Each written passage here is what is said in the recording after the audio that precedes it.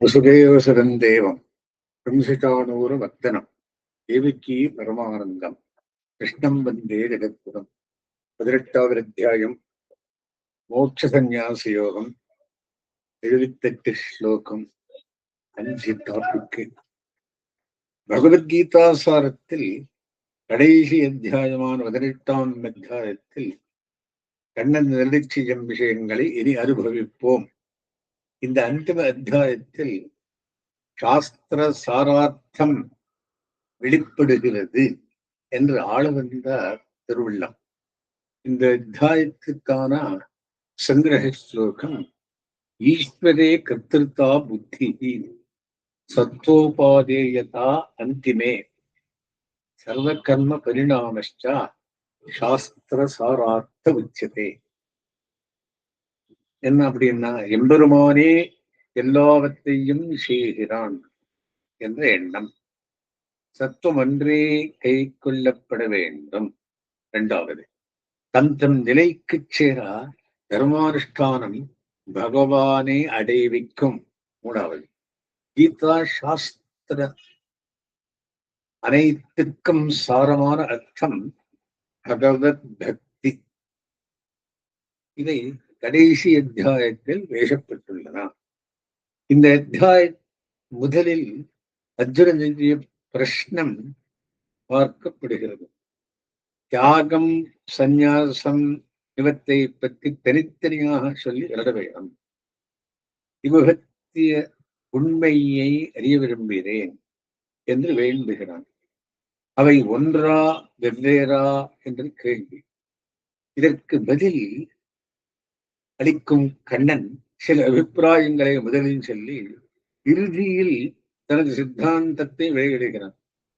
ஐயம் திருவரா அறிய வேண்டுமானால் எல்லா பட்சங்களையும் அறிந்து பகவத் அபிப்பிராயம் என்னதென்று தெரிய வேணும். அப்போதுதான் திருடமான அறிவு ஏற்படும். தியாகம், சந்நியாசம் இரண்டும் ஒன்றே என்பதுதான் கண்ணனின் சித்தாந்தம். விடுதலை என்று பொருள் என்று நிச்சயிக்கப்படுகிறது. தியாகம், தியாகி என்ற சொற்களுக்கு தற்கால அரசியலில் கொள்ளப்படும் அர்த்தம் இங்கு ஒவ்வாது. நித்திரைமித்த கர்மங்கள், சந்தியாவந்தனம் போன்றவை தினமும் செய்ய வேண்டியவை. அமாவாசை தர்ப்பணம் போன்றவை நைமித்திகம் கால விசேஷங்களில் பண்ண வேண்டியவை. இவற்றை அவசியம் செய்தாக வேணும். இது நமது கடமை, தர்மம். செய்யாவிடில் பாபம். செய்ததனால் என்ன பலன் என்று கேட்கக்கூடாது. ஒரு பலனை விரும்பி செய்யும் காரியம் காமியகர்மா. நித்யாக்னிஹோத்திரம் நித்தியகர்மா, அவசியம் கர்த்தவியம். ஆயுர் அபிவிருத்திக்காக செய்யப்படும் ஆயுஷ்ய ஹோமம் காமியகர்மா. செய்ய வேண்டும் என்று நிர்பந்தம் கிடையாது. செய்தால் பலனுண்டு. அவரவர் விருப்பப்படி ஆகும். முமுட்சுவுக்கு தியாகம் அவசியம். ஆனால் நித்திய நைமித்திகங்களை விட்டுவிட அதிகாரம் கிடையாது.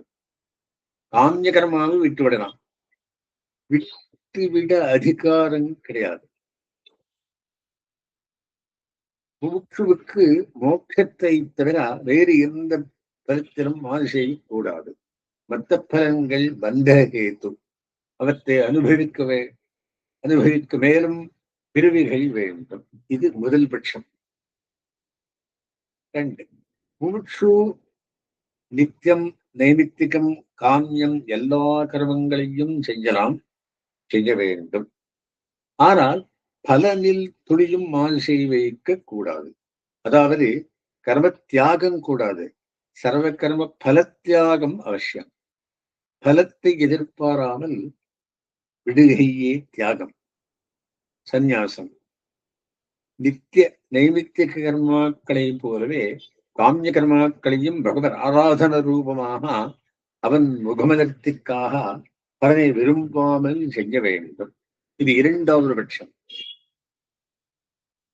உலக இயல்பு, மனித இயல்பு உப்பில் ஊறுகாய் ஊறுவது போல நமது மனம் ஒரு காரியத்தினால் கிடைக்கக்கூடிய பலனிலேயே ஊத்தம் கொண்டிருக்கும்.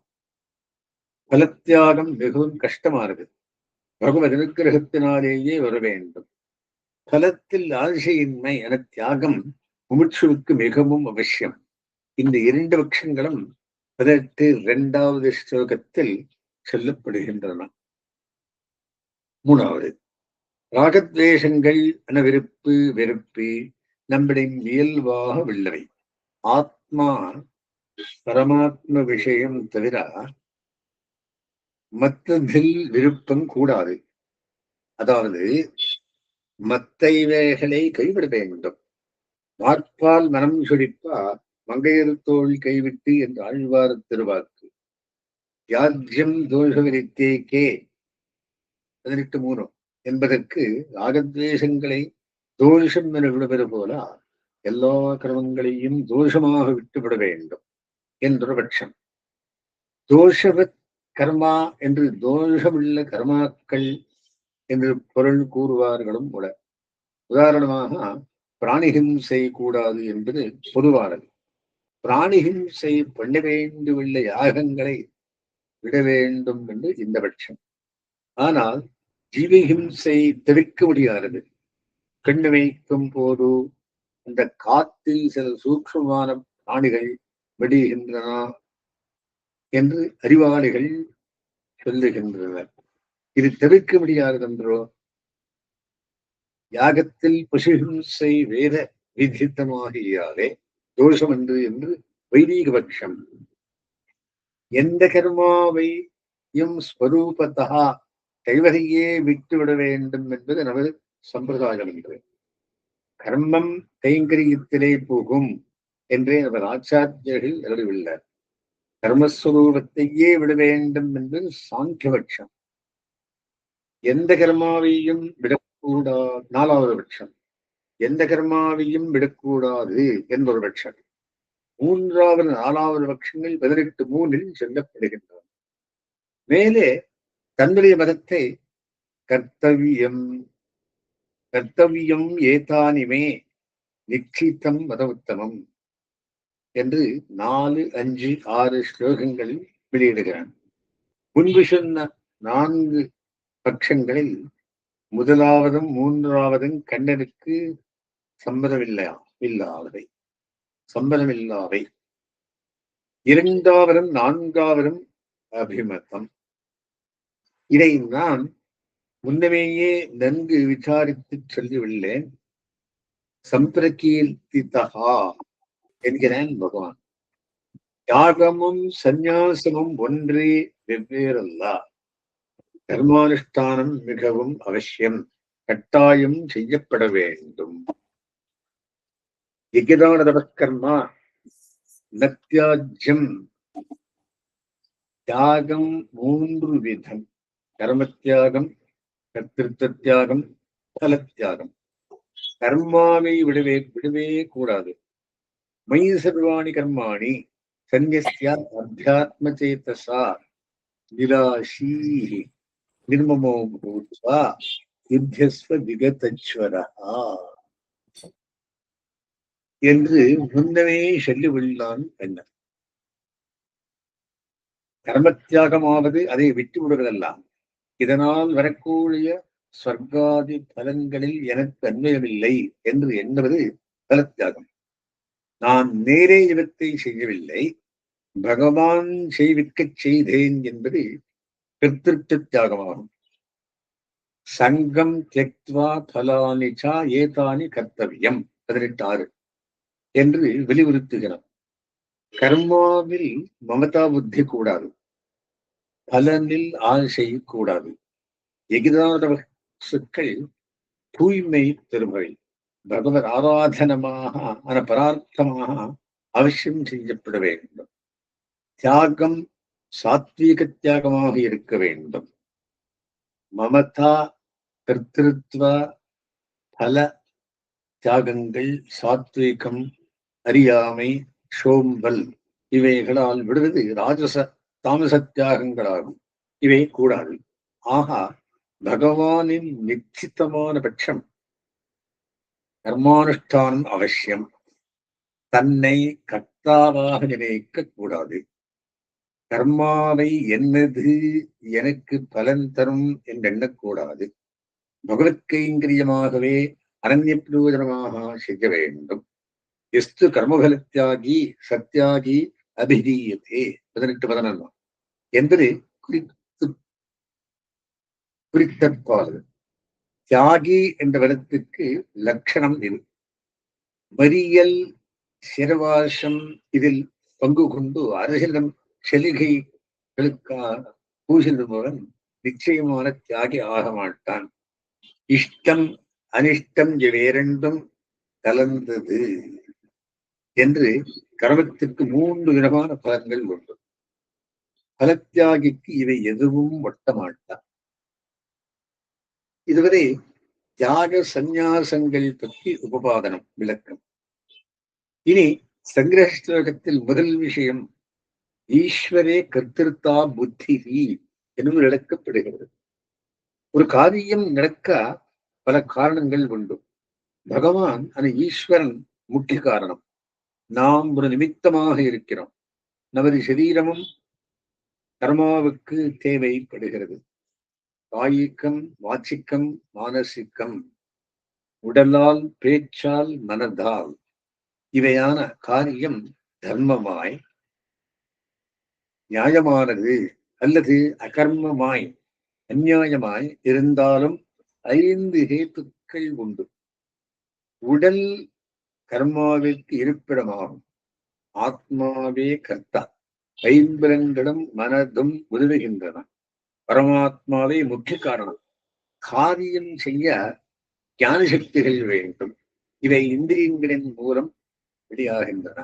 இவற்றை பகவான் நமக்கு கொடுக்க நாம் பெற்றுள்ளோம். ஆகையால் அவன் முக்கிய காரணம். காரியத்தை நான் செய்தேன் என்று எண்ணவோ சொல்லவோ அவசரமில்லை. ஈஸ்வரன் செய்வித்தான் என்றே எண்ண வேண்டும்.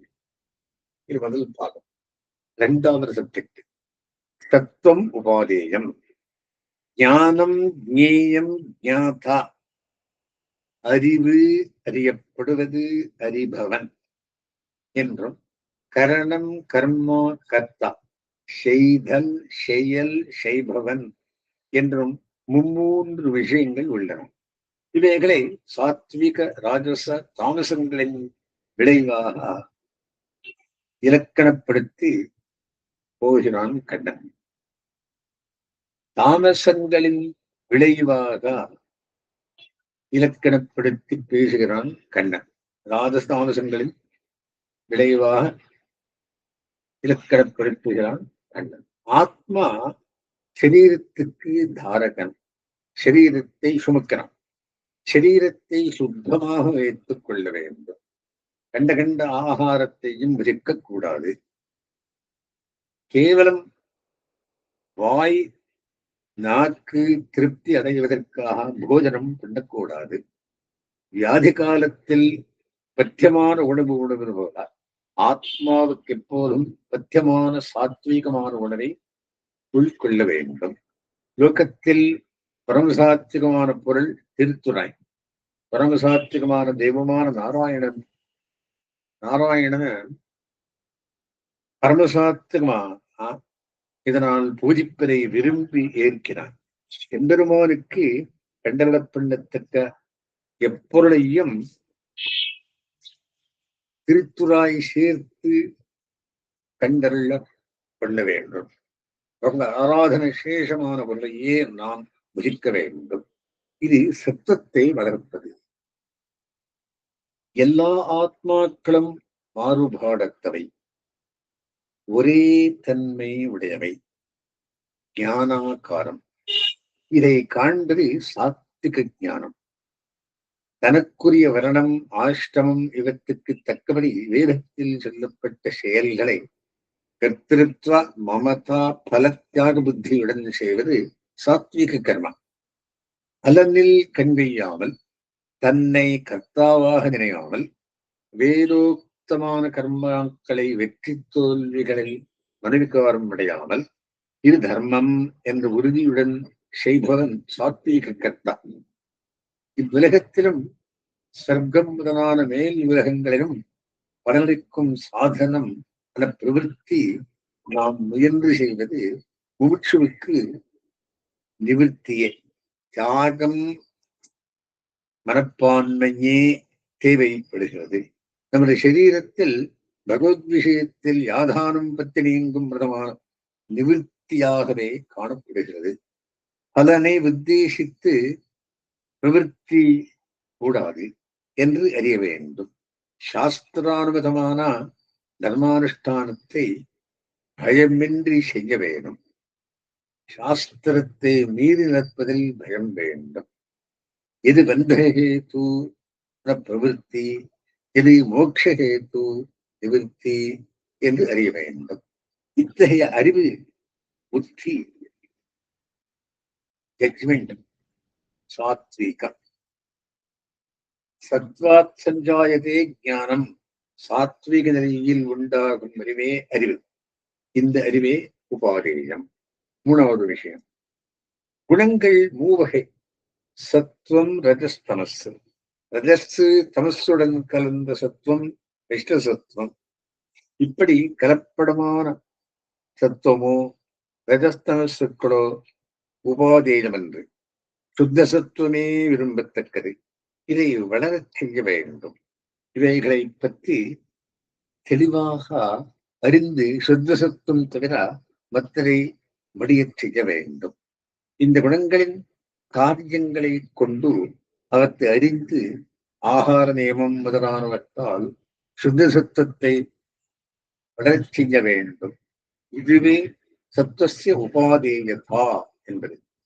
இனி மூன்றாவது விஷயமான வர்ணாசிரம உச்சித கர்மா பற்றி மிகவும் நல்லடிக்காலமான தாவர யுகத்தை கலிக்கு தோல் தீண்டி என்பது.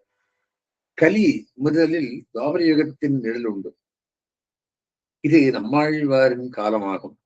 தமது உபதேசத்தால் நன்மை ஏற்பட்டதை கண்டு பலிகபலிகா என்று ததீயர்களுக்கு மங்களாசாசனம் பண்ணிய ஆழ்வாரே சொன்னால் விரோருவின் 1000 சொல்லுவன் கேள்வினோ என்கிறார். கலி முத்துவெள்ள தற்காலத்தை பற்றி என்னென்பது சொன்னால் விரோதம் தான் நிற்கும். சொல்லியும் பயனில்லை. ஆனால் பகவான் சொன்னவற்றை அழிக்கக் கூடாது என்பதை கீதையை ஆதரிப்பவன் தீர்மானமாக கொள்ள வேண்டும். சாதுர்வன்யம் மயா சிருஷ்டம் குணகர்ம விபாகசகா என்று முன்னமேயே சொல்லிவிடலாம். 4 வரண கட்டுப்பாடு தன்னால் குணம் கர்மா இவை அடியாக சித்திக்கப்பட்டதாக சொல்லுகிறான். ஸ்வேஸ்வே கர்மண்யபிரதா சம்சித்திந்தபதே நரகா என்று 45வது ஸ்லோகத்தில் ஸ்ரேயான் சதர்மோ விகுணா பரதர்மாத் சுனிஷ்டிதாத்து 47 என்னும் அவனே கூறுகிறான். அவனவன் மரணத்துக்குரிய செயலை செய்பவன் மேலான பலனை பெறுகிறான். நன்றாக செய்யப்பட்ட மற்ற வருடத்தவரில் தர்மத்தை விட சிறிது குறைவுற செய்யப்பட்டதாயினும் தனக்குரிய தர்மமே மேலாகும். உடனடக்கம், மனத்தூய்மை, பொறுமை, நேர்மை, விவேகம், வேதாந்த ஞானம், தேவ நம்பிக்கை இவை அந்தனருக்கு இயற்கையாய் அமைந்த செயல்கள். சூரத்தன்மை, துணிவு, மன உறுதி, ஆத்தல், போரில் பயமின்மை, புறங்காட்டாமை, தாராளமான மனசு, எஜமானத்தன்மை, அரசாளுகை இவை க்ஷத்திரியனின் இயல்பான தர்மங்கள்.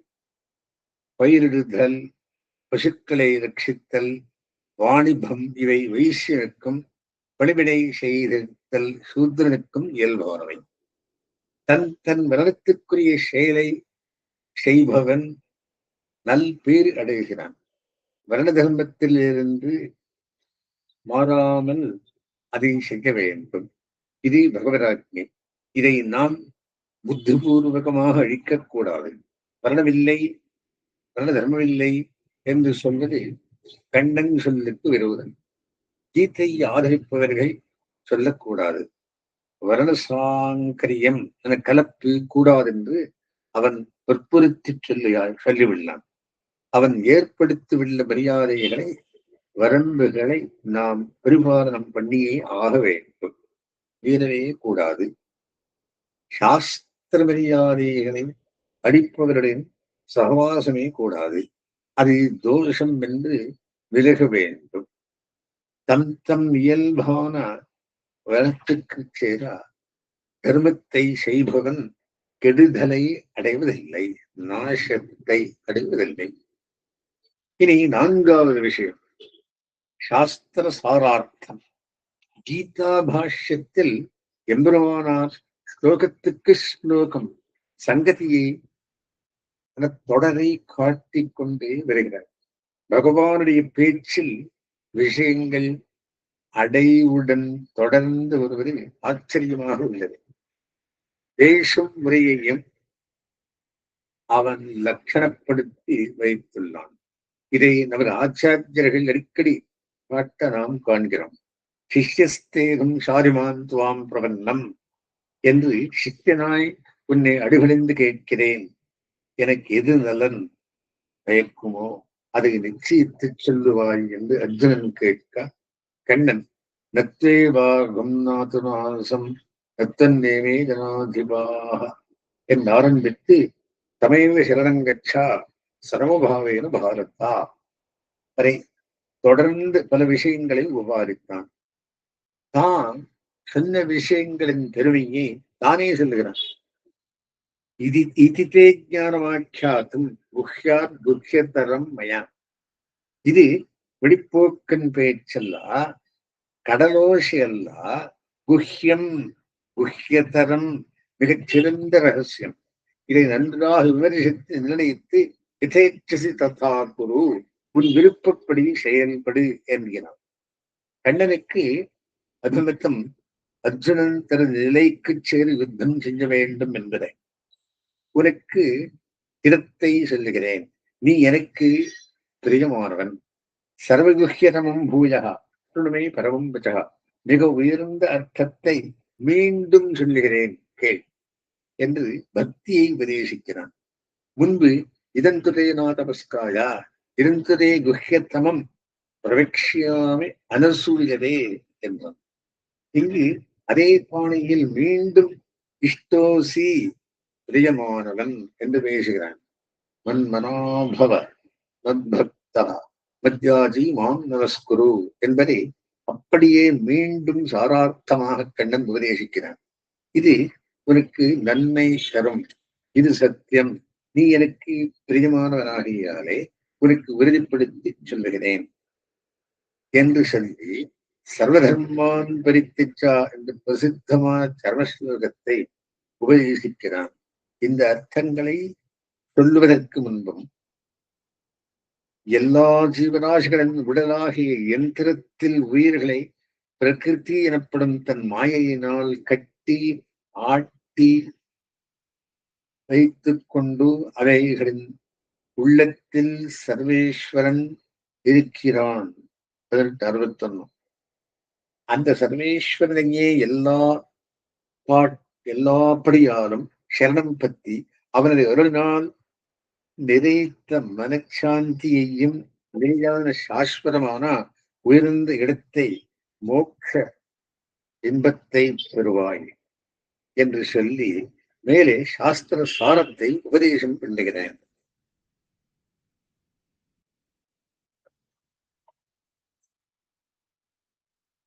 மன்மனாபவ மத்பக்தா மத்யாதீமாம் நமஸ்குரு. பக்தி பெரியோரிடம் சிறியவர் பண்ணும் பிரீத்தி. திருமேனி குணங்கள் இவற்றுடன் சேர்ந்தவனான விக்கிரக குண விசிஷ்டனான பகவானை பிரீத்தியுடன் மனனம் தொடர்ந்த மனதில் நினைப்பது பண்ணு. இதுவே பக்தி எனப்படுகிறது. பக்தனாயிருந்து கொண்டு தக்க திரவியங்களை கொண்டு என்னை பூஜை பண்ணு. பக்தனாயிருந்து கொண்டு என்னை நமஸ்கரி வணங்குவாய். மேலே சாரார்த்தம். சர்வதர்மான் பரித்தியஜ்ய மாமேகம் சரணம் ரஜ அகம் த்வா சர்வபாபேப்யோ மோக்ஷயிஷ்யாமி மா சுச்சதா. எல்லா தர்மங்களையும் முழுமையாக விட்டுவிட்டு என் ஒருவனையே சரணாகப் பத்து நான் உனது பாபங்களிலிருந்து உன்னை விடுதலை அடையச் செய்கிறேன், கலங்காதே, வருந்தாதே. இந்த ஸ்லோகத்தை 3 விதமாக ஆச்சாரியர்கள் நிர்வகிக்கின்றனர். முதல் 2 நிர்வாகங்களும் கீதாபாஷ்யத்தில் எம்பெருமானாரால் காட்டப்பட்டுள்ளன. 3வது சுவாமி தமது கத்தியத்தில் அனுஷ்டித்து காட்டியது ரகசிய கிரந்தங்களில் விளக்கப்பட்டுள்ளது. முதல் நிர்வாகம். தர்மம் என்பது பகவான் உபதேசித்த கர்மஞான பக்திகளை அவரவர் நிலைத்து ஏத்தவாறு பகவத் ஆராதன ரூபமாக அவரன் அன்புடன் இவைகளை அனுஷ்டிக்கும்படி முன்னே சொன்னார். பரித்தியஜ்யா என்று தியாகம் சொல்லப்பட்டது. தியாகம் என்பது என்ன என்பதை விளக்கமாக கூறிவிடலாம். தியாகம் கர்த்திருத்வ மமதா பல தியாகங்கள், இவற்றை இங்கு மீண்டும் விளக்க தேவையில்லை. இவ்விதத்தியாகத்துடன் என் முருகனையே சரணமாகப் பத்து, அதாவது என்னையே கர்த்தா, ஆராத்தியன், உபாயம், பிராபியன் என்ற எண்ணத்துடன் தர்மத்தை அனுஷ்டிப்பாய். ச ஆத்மா அங்காஞ்சன்யா தேவதா ஆஹா. பரமாத்மா கண்ணன் உயர்ந்த தெய்வம், எல்லா தர்மங்களாலும் பூஜிக்கப்படுபவன், அவனே அடையத் தகுந்தவன். இந்த புத்தியுடன் கலங்காமல் தர்மத்தை அனுஷ்டிப்பாய், என்னை தடையாய் நிற்கும் ஒரு பாவங்களை நான் போக்கித் தருகிறேன் என்கிறான். இங்கு முக்கியமாக கர்மானுஷ்டானத்தில் நோக்கம். 2ஆம் நிர்வாகம். இது வியாசர் வச்சனம். ஆலோட்ய தர்மசாஸ்திராணி விசாரியச்ச புனః புனகா இருவேகம் சுனிஷ்பன்னம் ஜெயோ நாராயண சதா. எல்லா சாஸ்திரங்களையும் மீண்டும் மீண்டும் நன்றாக விமர்சித்து நிச்சயப்படுத்தப்பட்ட பொருள் இதுவே. நாராயணனை சதா தியானம் பண்ண வேண்டும். இங்கு தியானம் என்பது பக்தி யோகத்தை குறிக்கும். பகவத் சிந்தனத்தை தைலதாரை போரே விடாமல் தொடர்ந்து செய்ய வேண்டும். ஆனால் நமது பாபபர நதியாக நெஞ்சு இதர விஷயங்களில் சென்று பகவத் சிந்தனம் கண்டு கொண்டிருக்கிறது. அதாவது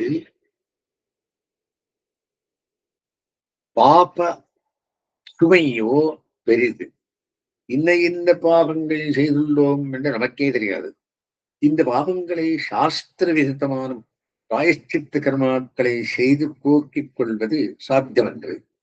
என்ன பிராயச்சித்தம் பண்ணுவது என்பதே முதலில் தெரியாது. தெரிந்தாலும் செய்து தலைக்கட்டுவது மிகவும் கஷ்டம். என்னான் செய்கிறேன், யாரே கலகன் என்னையன் செய்கின்றாய் என்று கலங்குவர் பெரியவர். பிராயஷ்சித்தமாக செய்ய வேண்டிய எல்லா தர்மங்களையும் அறவே விட்டுவிட்டு சர்வதர்மான் பரித்தியஜ்ய என் ஒருவனையே சரணாகப் பத்து மாமேகம் சரணம். பக்தியை அவிச்சின்ன ஸ்மிருதி சந்தானத்தை தடை செய்யும் பாபங்களை நான் போக்கி ஒரு பக்தி பலனிக்கும்படி செய்கிறேன். வருத்தம் கொள்ளாதே. பக்தி யோகமே பேர்த்து உபாயம். இதை செய்து தலைக்கட்ட வெட்டாமல் தடையாய் உள்ள பாவங்களை போக்க பிரபத்தி அவனை சரணடைதல் உதவுகின்றது. இங்கு பக்தியை அங்கி என்றும் பிரபத்தியை அங்கம் துணை என்றும் சொல்லுவார்கள். 3வது நிர்வாகம். சாஸ்திரங்களில் இருந்த பக்தி மோக்ஷாபாயமானது, யாவர்க்கும் பொதுவானது அன்று. இதற்கு உரிமையுள்ளவனும் யோக முறைப்படி பக்தியை அனுஷ்டிக்க வேண்டும். நமது சம்பிரதாயத்தில் யோக மார்க்கம் நாதமுனிகளின் சிஷ்யரான குருகை காவலப்பன் மறைந்து விட்டது. யோகாபியாசம் மிகவும் சிரமசாத்தியம். ஒரு சிதறத்தால் தான் செய்து தலைக்கட்ட முடியும். மேலும் ஸ்ரவசாத்தியம் என்பதை விட முக்கியமாக நோக்க வேண்டியது பக்தி என்னும் உபாயம். சேத்தனுடைய முயற்சியை அடிப்படையாக கொண்டது. இது சேத்தனின் அந்தரங்க சுரூபமான சேஷத்துவ பாரதந்திரங்களுக்கு சேராது என்பதையே இக்காரணங்களால் பக்தி உள்பட எதையும் சாதனமாக எண்ணாமல் உன்னே உபாயமாக பத்துகிறேன் என்று அவனை சரணாகதி பண்ணுவது சுதந்திர பிரபத்தியாகும். இதையே மாம் ஏகம் சரணம் ரஜா என்று பகவான் காட்டித் தருகிறான். என்னையே சரணாகப்பத்து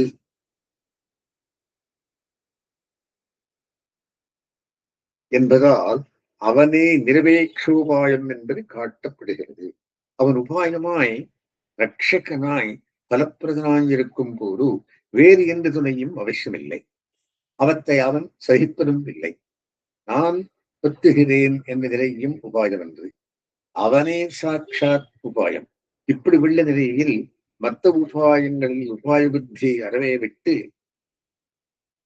விட்டு தானே அவனை பத்த வேண்டும்.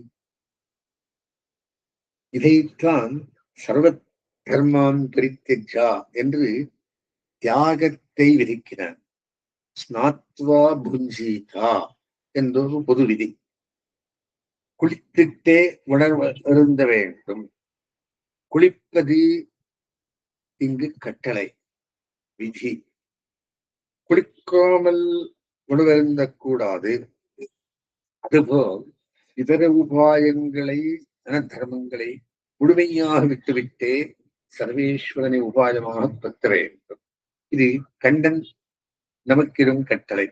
இப்படி சரணாகதனுக்கு ஆத்ம சமர்ப்பணம் பண்ணியவனுக்கு பகவத் பக்தி அவசியம் வேண்டும். அது சேஷ குருவுக்கு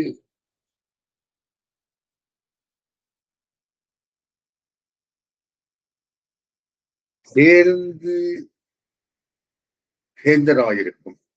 உயிருடன் இருக்கும் நாளில் பொதுபோக்க முக்கிய உதவியாகும் துணையா. அதாவது பக்தி பிரபத்திக்கு அங்கமாக நிற்கும். பிரபந்தனுக்கு பக்தி தேக யாத்திரா சேஷம் என்பது நமது ஆச்சாரியர்கள். இந்த பிரபத்தியானது வைதிக சம்பிரமானது. வேறு புருஷன் தனது அனுஷ்டானத்தில் கொண்டது தம்ம தேவம் ஆத்மபுத்தி பிரசாரஜம் மோக்ஷருவை சரணமகம் பிரபத்தி என்று ஸ்ருதி என்றது ஸ்ருதி. சூரியே ஜோதிஷம் யுகோமி என்பதும்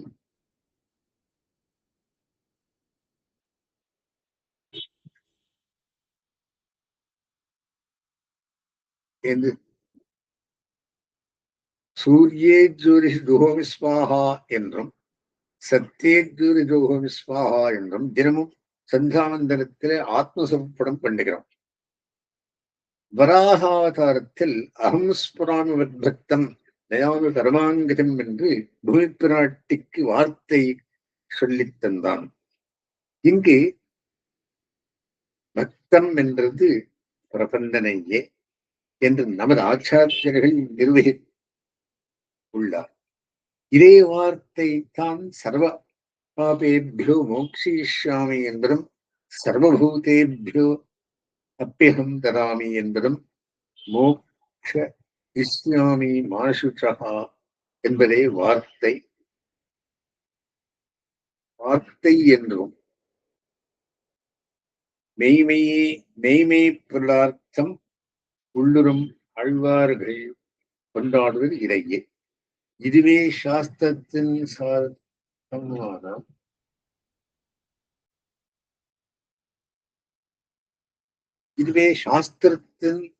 சாரதமமான பொருளாகும்.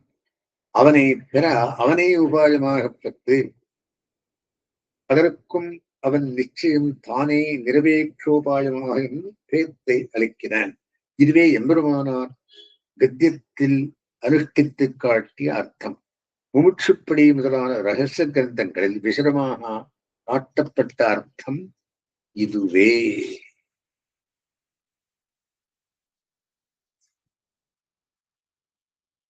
வேதாந்தத்தை உபனிஷதங்களை சகலரும் அறிந்து உஜ்ஜீவனம் பெற வேண்டிய வியாசராகவும் கண்ணனாகவும் பகவான் அவதரித்தார். முன்னது அம்சாவதாரம் வியாசர் மட்டுமே, கிருஷ்ணாவதாரமே பூர்ணம். இவருடைய மெய்மை பெருவார்த்தை நமது ஆழ்வார்களும் ஆச்சாரியர்களும் கேட்டிருப்பார். கேட்டு அறிந்து அதன்படி ஒழுக்கம் பூண்டு நமக்கும் வழிகாட்டுவார்கள்.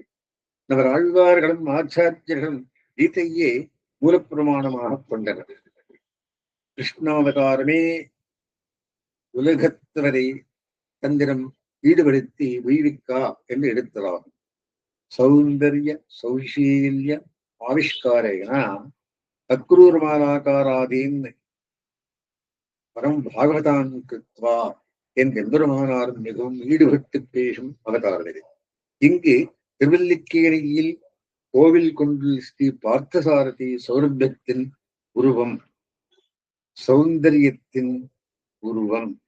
பக்தாகிரேசரான பீஷ்மரன் பாடங்களால் தான் துளைக்கப்பட்டதை யாவரும் அறியும்படி சேவை சாதிப்பது இங்கேயே. அழைத்து வாழ்விப்பவனாக அழைத்து வாழ்வித்தவனாக இவன் மாசுச்சகா என்று அபயம் தரும் போது நாம் வேறெங்கும் செல்ல தேவையில்லை. சர்வதர்மான்னு ஸ்லோகத்துடன் கீதா சாஸ்திரம் முடிவை அடைகிறது. இதுவே வார்த்தை. முன் சொன்னதெல்லாம் உபதேச உபோத்வாதம், முன்னுரை.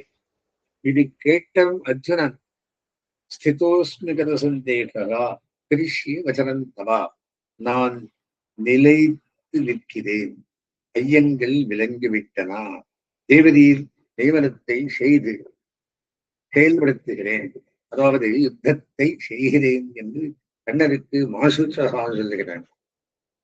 மேல்வரும் ஸ்லோகங்கள் சஞ்சயன் சொல்லுவை முடிவரை ஆகும்.